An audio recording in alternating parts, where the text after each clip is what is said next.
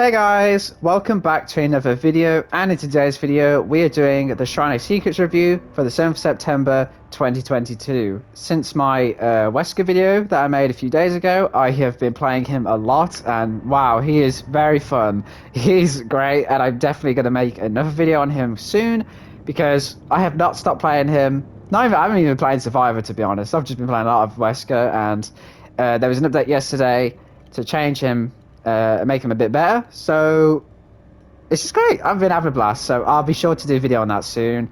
For now, we're going to do the Shrine review because I feels like it's been a while since I did one, even though it was only last week.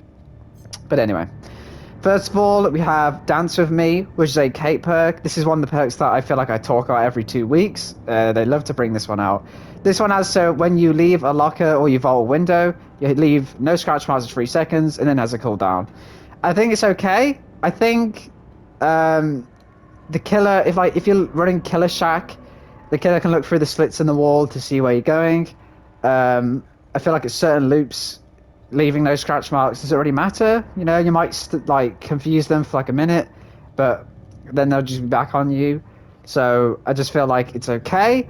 Not worth a perk slot in my opinion, but you know, it's there. You can combine this with head on and quick and quiet, stuff like that. But again, that means it's one of those perks that you just have to do a build around, and I don't always like perks like that.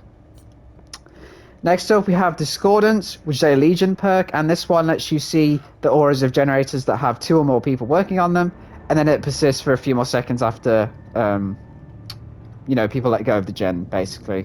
Again, actually, well, not again, but I just think this one is really solid. This one is helpful in a lot of killers, because if it procs at the start of the match, you would know where at least 2 people are, and on certain killers, you know, if you're one who has to like spread damage, or you know, you like Legion or Plague or something, it really helps to just have multiple people. But like I said, I think any killer can really benefit from knowing where 2 people are at the start of a match.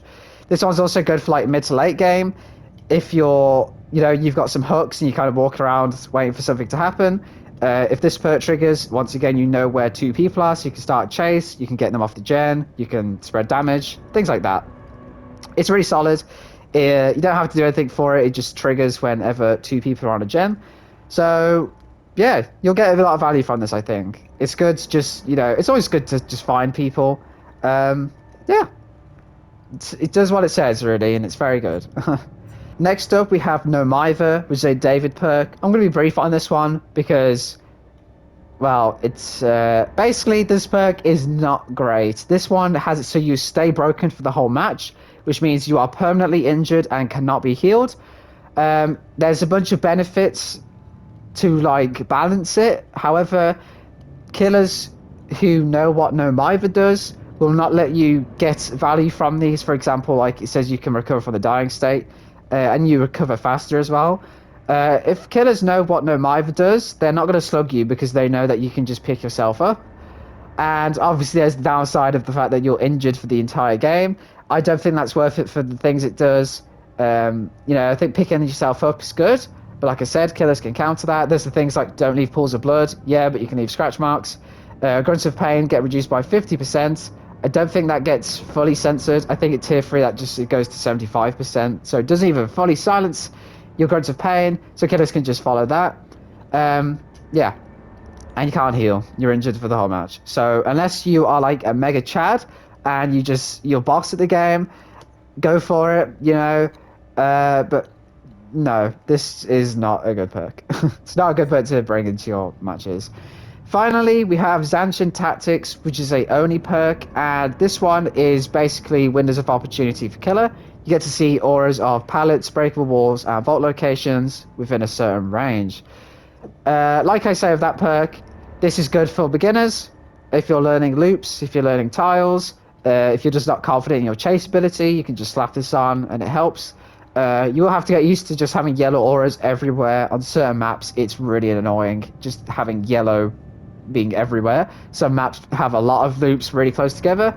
So yeah, it's a good training wheels perk. I mentioned that last week of one of the perks. It's a good like training wheels perk just to get yourself confident and so you can really learn and map down certain maps and loops.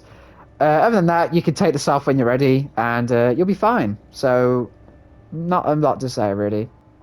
Um, Ones to buy, I would say Discordance definitely, because again, I feel like a lot of killers could just benefit from this. Certain ones, yeah, but I would say basically any killer could just get value from this, as long as it procs. Sometimes, you know, if the survivors were split up, sometimes survivors can catch on that you have Discordance. It doesn't happen a lot, but sometimes, you know, if they realize that the killer just comes for you every time two people are on a gen, that they may just split up. And obviously, if survivors are just playing that way and they just split up anyway, then you might not. But most of the time, you know, it'll happen once or twice a game at least. At Zenshin, I would say if you're newer, or if you're new as a killer, and you want to build that confidence, then go for it. I think it's definitely good for that. I think after a while, you won't need it though, and you get to use other cool perks. The survivor perks, I think Dance with Me, I guess isn't too bad, but in my personal opinion, for me, it's not for me. And No Mither is just, yeah. No Mither's just there, you know. I don't see it being used these days. If it is, I will use the hell out of it because the Mither is very easy to work around. So, yes, that is from me, guys. I hope you enjoyed. I hope you found this useful. And stay tuned for another video like next week. I mean, it's Wednesday today, so maybe this weekend I can record, but we'll see. And I'll see you in the next one.